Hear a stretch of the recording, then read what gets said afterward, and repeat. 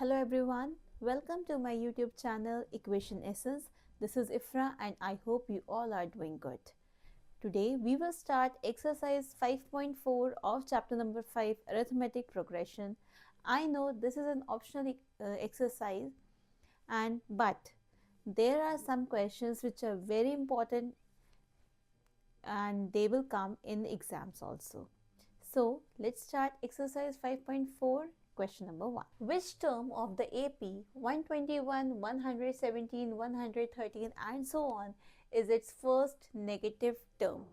हमें बताना है ऐसी कौन सी टर्म इस AP की ऐसी कौन सी टर्म है जो फर्स्ट नेगेटिव टर्म है, क्योंकि हम AP को देख रहे हैं कि AP जो है वो धीरे धीरे कम हो रहा है, तो वो एक टर्म ऐसी भी आएगी जिसमें नेगेटिव भी हो जाएगा, तो हमें वो पता लगाना है। मतलब हमें एक ऐसी टर्म बनानी है जिसमें an की वैल्यू हमारी लेस देन 0 आ जाए। यहाँ पर हमें a की वैल्यू मालूम है, a इज इक्वल्स टू 121 है, d is equals to 117 minus 121 that is equals to -4 है। तो बस an की वैल्यू कर देते हैं a plus n minus 1 into d which is less than 0. A is 121 plus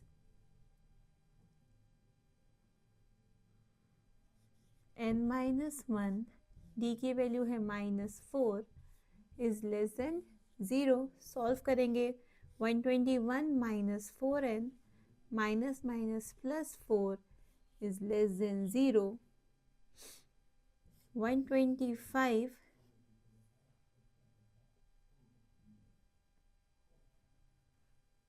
minus 4n is less than 0. Minus 4n is less than minus 125. अब यहाँ पर एक इम्पॉर्टेंट चीज़ आती है जो समझने वाली होती है। आप लीनियर इनइक्वालिटीज़ एक चैप्टर है जब क्लास 11th में पढ़ेंगे, लेकिन एक कंसेप्ट आपको मैं पहले से बता देती हूँ कि अगर हमारा इनइक्वल है, यहाँ पे इक्वल चीज़ नहीं दे रखी, इक्वल टू का साइन नहीं है, अनइक्वल है, इनइक्वालिटीज़ है, लेस देन वाला साइन है, अगर हम दोनों को दोनों जगह माइनस माइनस है और हम इन दोनों को माइनस से मल्टीप्लाई करें, -4 -125 माइनस से माइनस कैंसिल करना चाहें तो ये कैंसिल ऐसे नहीं होता है। यहाँ पे हमें दोनों को मल्टीप्लाई करना होता है माइनस से, और जब हम ऐसा करते हैं तो वो साइन हमारा बदल जाता है।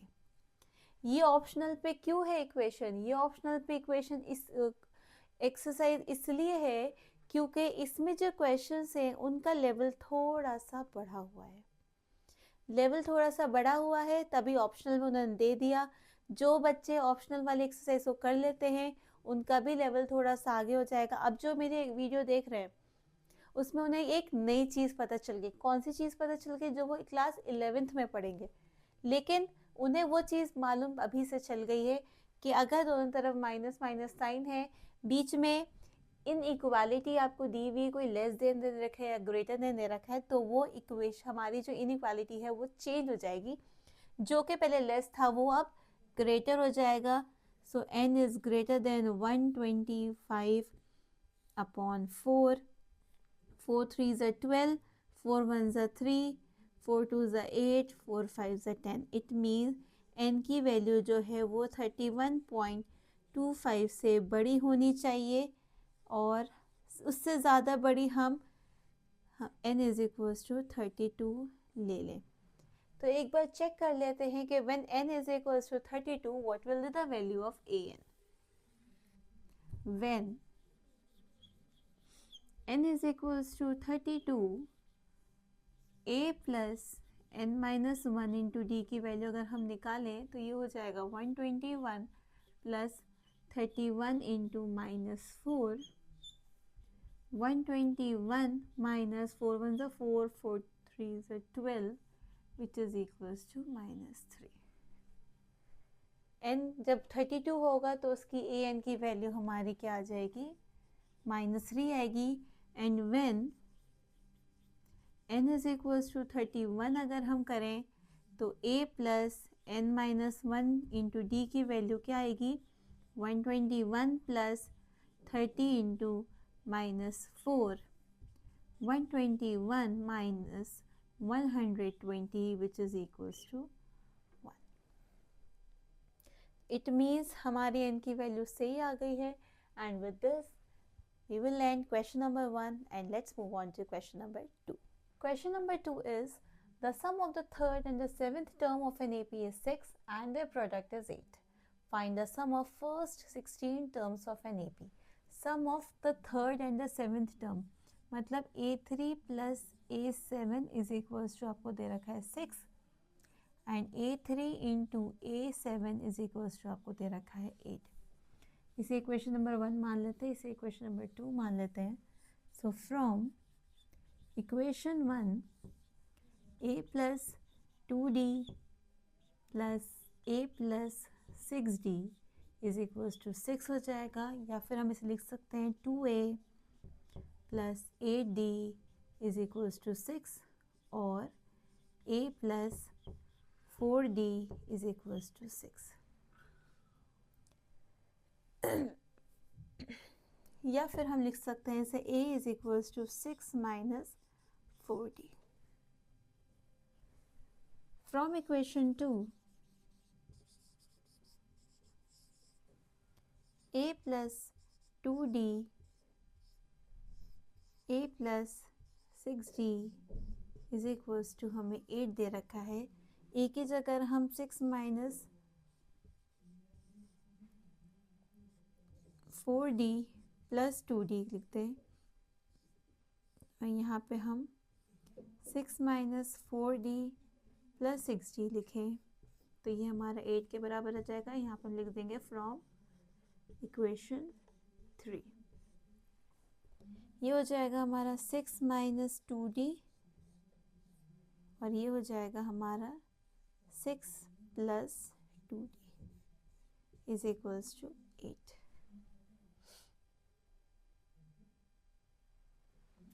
No A plus 4D is equals to 3. यहाँ पे भी 3 एंड यहाँ पे भी 3, क्योंकि हम पूरे क्वेश्चन को 2 से डिवाइड कर रहे हैं इसलिए हमारा हर जगह 3 आएगा. तो A minus D A plus D equation exercise 2.2 of chapter number 9 polynomials में हमने पढ़ी थी कुछ एक्सप्रेशंस जिसमें A प्लस बी और A माइनस बी का फॉर्मूला था. तो A प्लस बी और A माइनस बी का फॉर्मूला हो जाता है A plus B A minus B.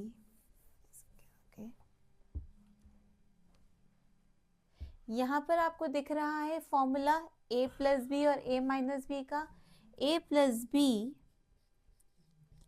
और A माइनस बी का फॉर्मूला हो जाता है A square minus B square. वही हम यहाँ लिख देंगे, मतलब 3 का स्क्वायर माइनस 2D का whole square is equals to 8. 3 3 is 9 minus 4D square is equals to 8 minus 4D square is equals to 8 minus 9. 4D square is equals to minus 1. So 4D square is equals to 1.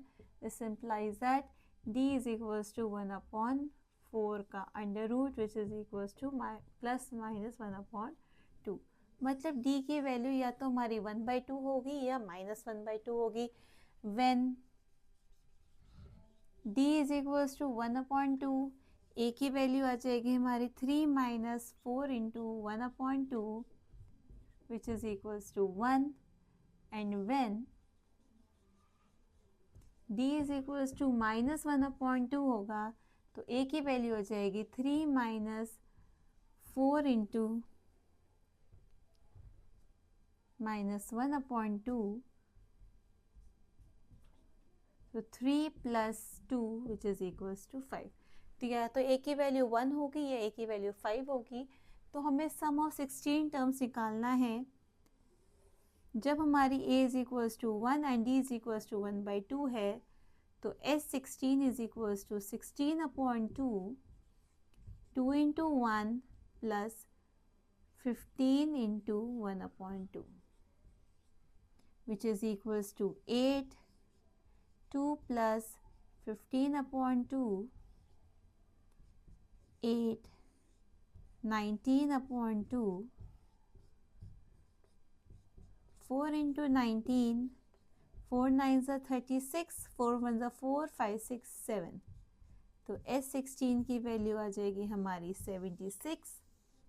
लेकिन जब हमारा D -1/2 है और A is equals to 5 है, तो S16 is equals to 16/2, 2 into 5 plus 15 into -1/2. 8, 5 2s are 10, minus 15/2, 8, 20 minus 15 is 5/2, which is equals to 20. तो S16 की value either हमारी 76 आएगी या फिर आएगी हमारी 20। तो ये थोड़ा सा डिफ़िकल्ट क्वेश्चन है एंड ऐसे डिफ़िकल्ट क्वेश्चन बोर्ड्स में आने के चांसेस हो जाते हैं। So this is your question number 2. Now move on to question number 3. Question number 3 is a ladder has runges 25 centimeter apart.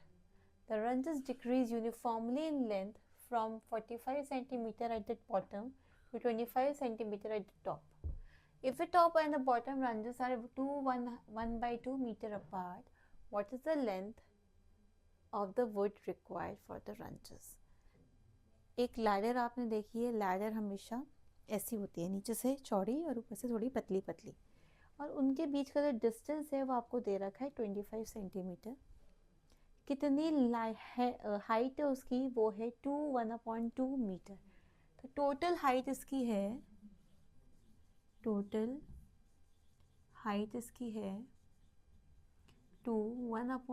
which is equal to 2 to the 415, 5/2, 2.5 metre और 250 centimetre. And और क्या बताया उन्होंने कि उन दोनों के बीच का जो डिस्टेंस है, तो distance between two rungs is equals to 225 centimetre. हमें क्या बताना है, what is the length of the wood required for the rungs. हमें टोटल लेंथ बतानी है। इन्होंने क्वेश्चन में ही हमें एक हिंट दे रखा है। हिंट क्या दे रखा है कि हम सबसे पहले अगर नंबर ऑफ रंजेस बता दें, मतलब टोटल नंबर ऑफ रंजेस कितनी उसकी बीच बीच में ऐसी रंजेस बनी है, वो अगर हम बता दें तो टोटल नंबर ऑफ रंजेस का फॉर्मूला है total number of rungs is equals to total height divided by distance between two runges plus 1। तो वो हमें क्या दे रखा है 250 divided by 25 plus 1, 10 plus 1 is 11। मतलब कितनी रंजेस है 11, मतलब n की वैल्यू कितनी है 11 है। हमें बताना है टोटल लेंथ, उसकी टोटल लेंथ क्या होगी। टोटल लेंथ हम कैसे निकालेंगे, मतलब S11 तो 11/2 A प्लस L। A की वैल्यू आपको गिवन है 45, 11/2 A की वैल्यू है 45 और लास्ट की वैल्यू क्या है आपकी 25। तो 11/2, 5 plus 5 is 10, 4 plus 2 is 6, 1 7, 35 which is equals to, so S11 मतलब total length is 11 into 35। इसे हम यहाँ पे सॉल्व कर लें, 35 11 15 13 15 13, that is 385 centimeter. This is the total length of the wood wood required for the ranges. So this is your question number 3.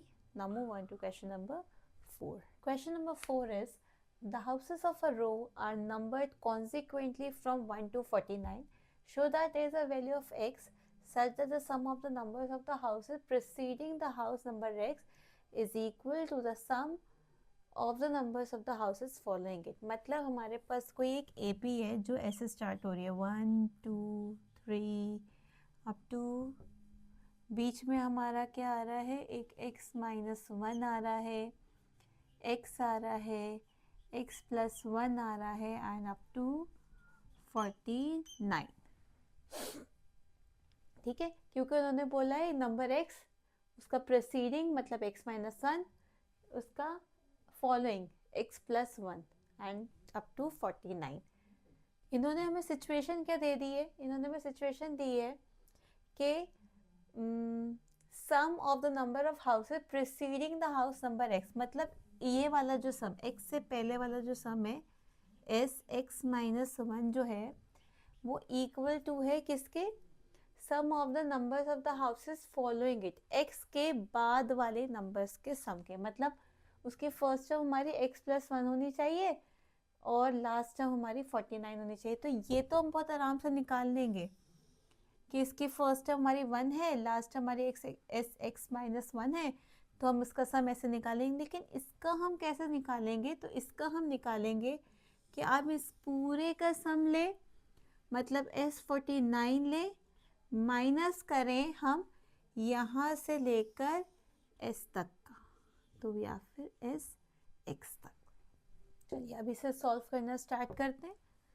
तो सबसे पहले LHS में लेंगे तो x-1 divided by 2a plus x-1 -1 और d की वैल्यू भी हमारी 1 ही है. यहाँ पे हो जाएगा 49/2, 2 into 49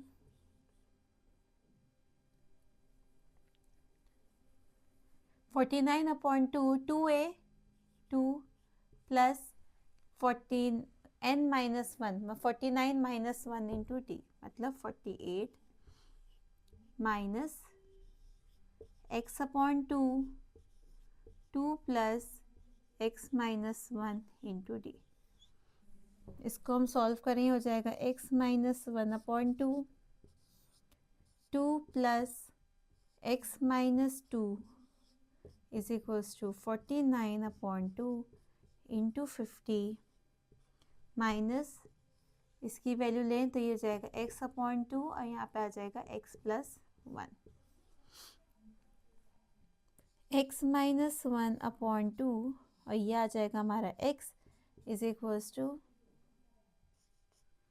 5 9 45, 5 4 20, 2450 divided by 2 minus x/2 x+1.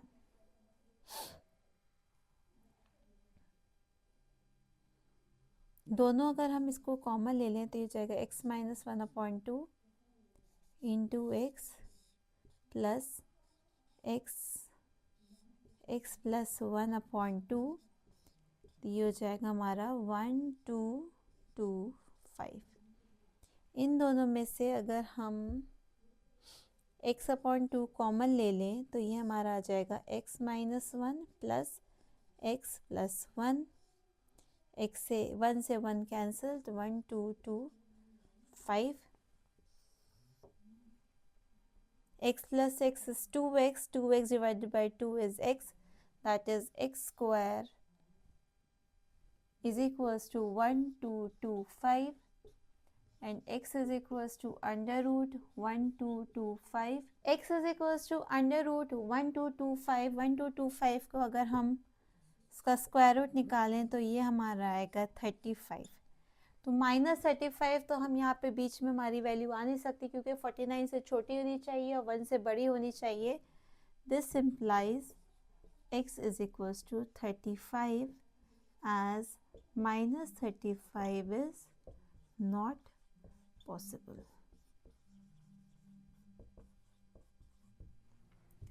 So this is your question number 4. I know it is a little bit tricky, but अगर आपको एक बार समझ में आ जाए और आपने सारी वैल्यू सही लिखे तो आप ये क्वेश्चन बहुत आराम से कर सकते हैं. Now move on to question number 5th. Question number 5th is a small terrace at a football ground comprises of 15 steps, each of which is 50 meter long and built of solid concrete. Each step has a rise of 1/4 meter and a tread of 1.2 metre. Calculate the volume. एक football ground है जिसमें उन्होंने एक ऐसा staircase का बना रखा है जिसको वो टेरेस बनाएंगे.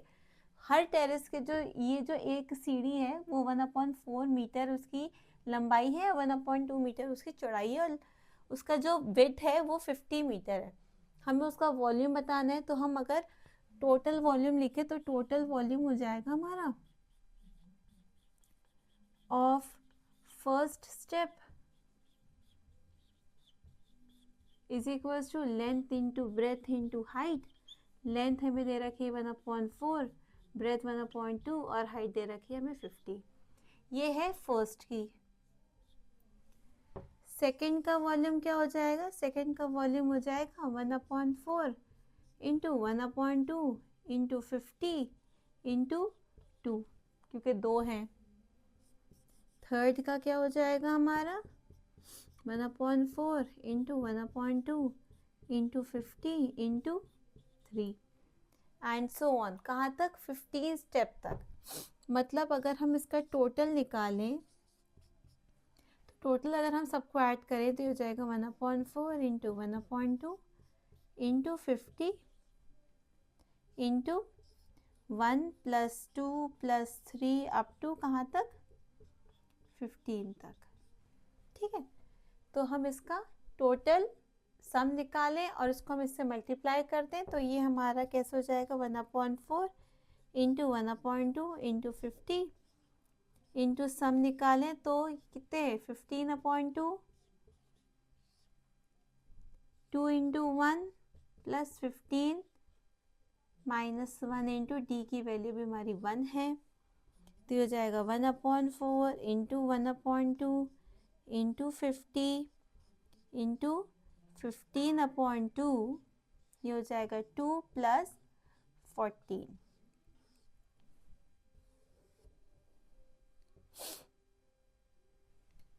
हो जाएगा 50/8 और ये 15/2 into 16, 8 2 = 16, 2 1 = 2, 50 into 15, 15 5 = 75 and 0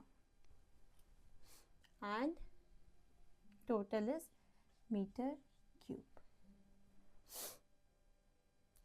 So this is your question number 5th. So with this I'm going to end my video and I will see you soon with my next video with a new chapter, chapter number 6, triangles. So stay tuned, keep watching and please subscribe my channel and do share it with your friends. Thanks for watching.